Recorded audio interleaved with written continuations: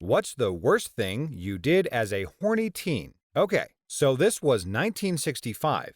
I had a girl I was more than friendly with who was willing to provide certain services for me. One night I was really in a bad way, so I snuck to her house and put the ladder up to her window. Her father was wise to the window tricks, so he put screws in the track so the window only opened 4 inches high. Damn the fire safety, he wasn't having a slutty daughter. So, I decided since I couldn't get in, my dick would. I got up high enough on the ladder to poke my dick through the 4-inch space so she could service me. It was wonderful until I began to orgasm and my legs shook and I went off the ladder to the ground, yanking my dick from her mouth at terminal velocity. I hit the lawn hard. I got up and grabbed the ladder and ran to put it back on the side of the garage and then raced home. I noticed when I got to the woods that my dick was throbbing and I had 4 tooth mark drags down my shaft. It was sheer pain to fold it up in my shorts. I made it home and I was having such a pain in my back I just went to sleep. I woke up the next day and was black and blue all over my back. I had broken a rib. I couldn't take the pain anymore, so I went to my dad and told him the whole story. He didn't say a word and gave me a few pain pills and told my mom he was taking me to the market with him the next day so I could help load trucks. We instead snuck off to the doctor and got me x-rayed and fixed up.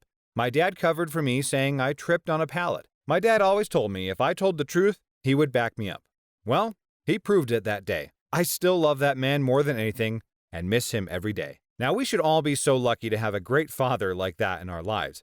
I have always thought that it is cool when parents can be supportive and have your back, even when they know you are making some pretty questionable decisions. Obviously, a parent could have the opposite reaction and just blow up and get extremely angry, but I think the unspoken words from the dad probably taught a big enough lesson. Also, just saying, I hope the girl learned to stop using her teeth. There was one time where the internet was down and I was super horny. My family were on a 2-day trip to collect a cat they had been looking at online. I know, kind of weird. Anyway, I'm looking around in the attic for the box for the router, thinking maybe there will be something on that to help me out. I come across this black shoebox that was covered completely in cobwebs, so I brushed them off and opened the box. It was full of black and white photos of some family, and there was one picture with who I guessed was the mother. I still remember it now. She was in a black, one-piece swimsuit with just enough cleavage to get my premature blood flowing. I jacked off to it twice up in the attic. 14-year-olds have quick revival skills,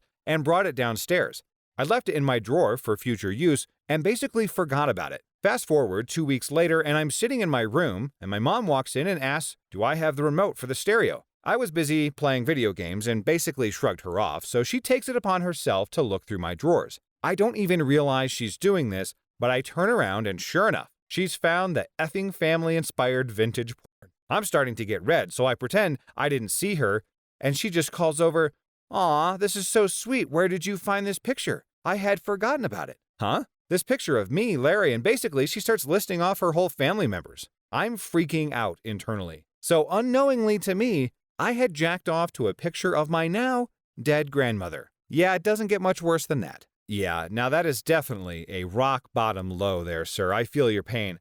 A possible plot twist to consider here, though, perhaps your mom somehow knew that you were jerking off in the attic to the picture, but instead of confronting you, she decided to pull a prank on you and tell you that it is your grandmother in the picture. But either way, being a hormonal 14-year-old teen is a weird ride, man. Fell asleep after jacking it, dick still in hand. My parents walk in, getting woken up by screaming, mom screaming like the world is coming to an end. Dad is just like, wash your hands before dinner. I waited until my parents went to choir practice and then I grabbed one of my t-shirts. I slathered the t-shirt with Vaseline and stuffed it between my couch cushions. Then I got one of my secret nudie mags, opened it to a nice page, and laid it out on the couch. I proceeded to drop my drawers, get down on my knees, and doggy-style the fuck out of my couch. I pumped my shirt full of my 13-year-old seed and got cleaned up before they came home. It sounds bad, but there's nothing more natural than the love between a young man and a piece of upholstery. To set the scene, I was 17, living at home with my family. My room was on the top floor of a tall house, and there were 3 floors below me. For the past few weeks, I've been texting this girl I met. After having a few dates, she finally comes back to my house one night. She texted her parents my address, asking to be picked up later that night. My parents are watching TV on the ground floor, but we escaped up many flights of stairs to my room. Officially, this was to hang out, but my parents are pretty liberal and in all likelihood knew our intentions were far more sinful. So, we started watching TV, eventually getting closer, exchanging glances. Apollo 13 was on. Tom Hanks was lifting off, and so was I. One thing I should point out is that this girl was properly filthy.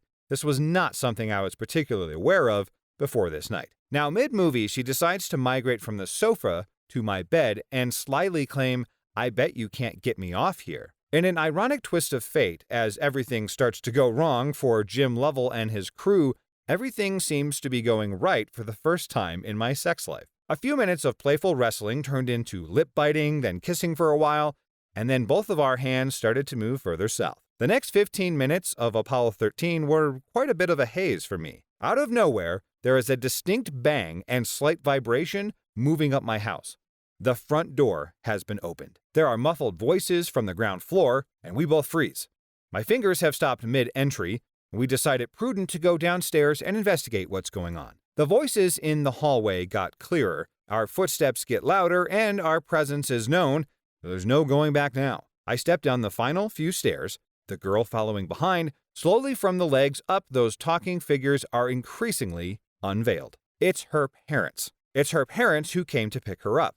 Her parents, who I have never met, now talking to my parents as if arranging some kind of awkward marriage proposal, as in the days of yore. Her mother locks eyes at me, reaches out an outstretched hand to shake mine. My eyes widen open. My jaw drops as I begin to realize I have had no opportunity to wash my hands. The adrenaline resumes pumping and the shock begins to set in. My arm hasn't received this message though, as almost through reflex, my dominant hand begins to move towards her mother's. Our hands clasped together for the most moist, uncomfortable, horrific handshake that I will never forget. Now, on the one hand, this is a sticky situation. Get it? There is always a chance that the mother won't even notice that something is on your fingers, but if you play it safe and try to get out of the handshake, you'll come off as being rude and probably draw even more suspicion to the situation. Apparently, this is an added benefit of being a left-handed person, I guess.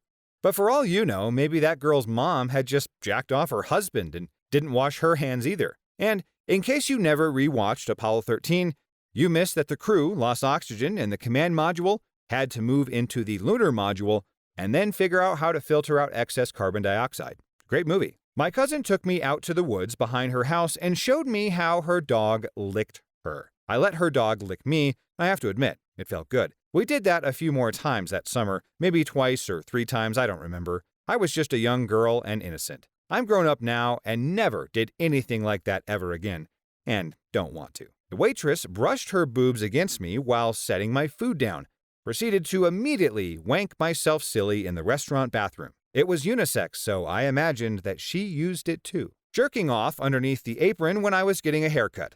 I didn't manage to finish though. I think my haircutter knew what was up because she kind of suddenly removed the apron. Thank God I was able to flip it back into my shorts in time because I'm not sure how I would have explained that one to my dad. I was in theater and during plays we would have to run to a tiny area and change clothes. They had a small separator in the middle for boys and girls, but it wasn't uncommon for someone in a hurry to step out mid-change in a rush to not miss their entrance. During one show I was in freshman year, I was going in to change and saw hot senior girl walking out with her skirt a little too high, and I caught a glance of her vag for a brief second. I then proceeded to rush to the bathroom and rub one out, and after I finished, I changed and missed my entrance by 3 to 5 minutes. So I walked on stage and improv'd my way back into the scene. Told everyone I had gotten sick and threw up, and then rushed back on stage. Everyone applauded me and praised my dedication to the theater. 10 out of 10.